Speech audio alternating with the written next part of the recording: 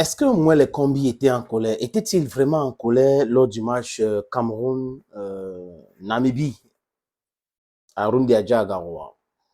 Les images qu'on voit sont explicites. Maintenant, pourquoi étaient-ils en colère? C'est la question qu'il faut se poser. Vous savez, le ministre a voulu que le match se joue à Yaoundé. L'Africa Foot a dit le contraire. Le ministre a dit que ça va se jouer à Yaoundé. On a eu des supporters du ministre, parce que ce n'est pas des gens qui suivent le bon sens. Le bon sens voudrait qu'on parle de droit, on parle des textes.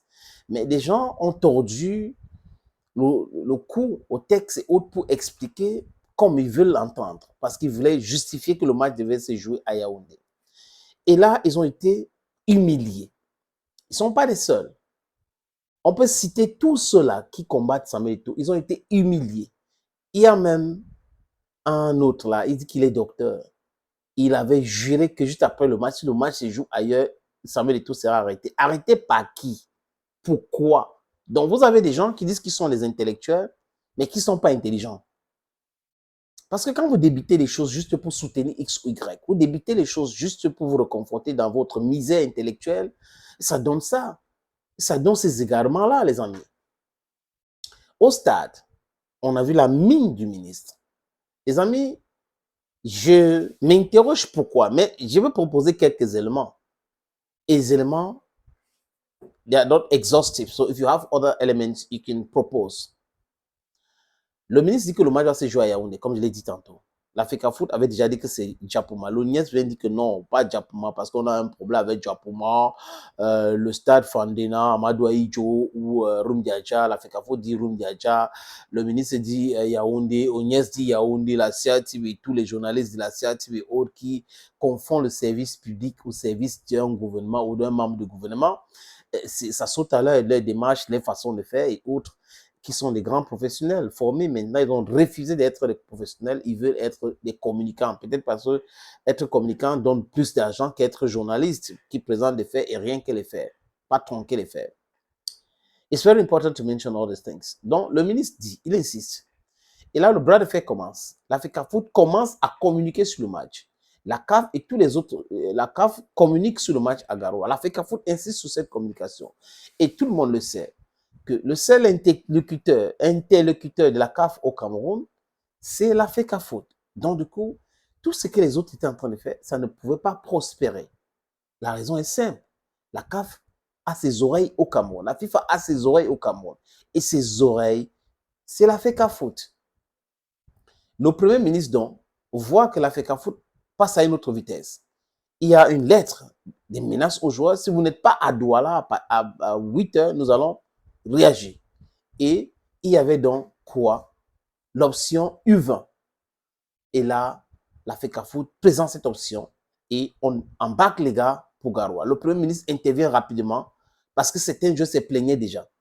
Ils voulaient quitter l'hôtel qu'on les logeait là pour Douala. Là, c'était compliqué parce que leur club les appelait, oh, vous êtes où et tout ça, vous faites quoi? On nous a dit que vous n'êtes pas. Donc, c'était compliqué. Et ils savent qu'ils devraient avoir des difficultés avec leur club. La plupart ne sont pas des vrais garçons, donc suivez bien mon regard. Le Premier ministre les convoque. Convoque d'abord le ministre.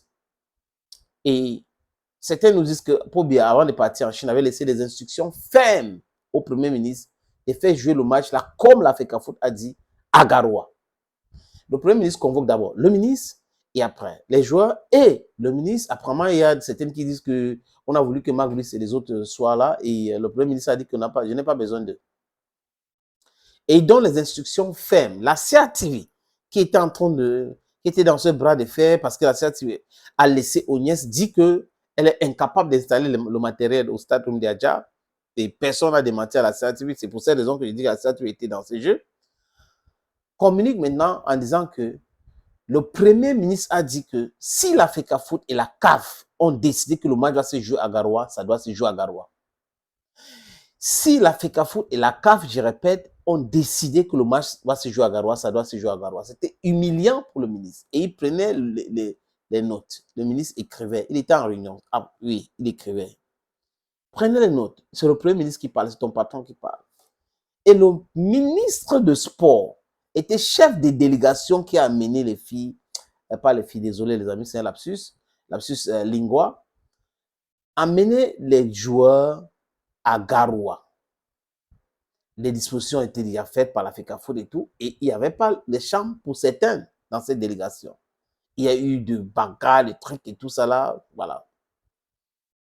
Et là, le gouverneur de la région du Nord, sur instruction de l'État, représenté par le Premier ministre, parce que Poubia n'est pas là, de ce gouvernement, pas l'État, de ce gouvernement représenté par Paul Biya, les amis, par Philemon, par John Gauthier, Philemon, c'est l'ancien Premier ministre, par John Gauthier, organise une réunion tripartite. Et dans cette réunion, désavoue encore le ministère des Sports.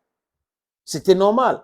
Et le jour du match, le staff nommé par M. Nassis Molekombi est bloqué. Ils n'ont pas l'accréditation.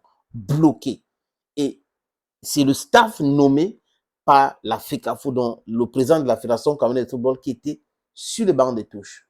Il y a Joachim Mununga, qui est l'assistant de Marc Brice, qui n'aurait pas donné son passeport. Il avait été, on a vu la vidéo où il était expulsé du stade, du banc de touche.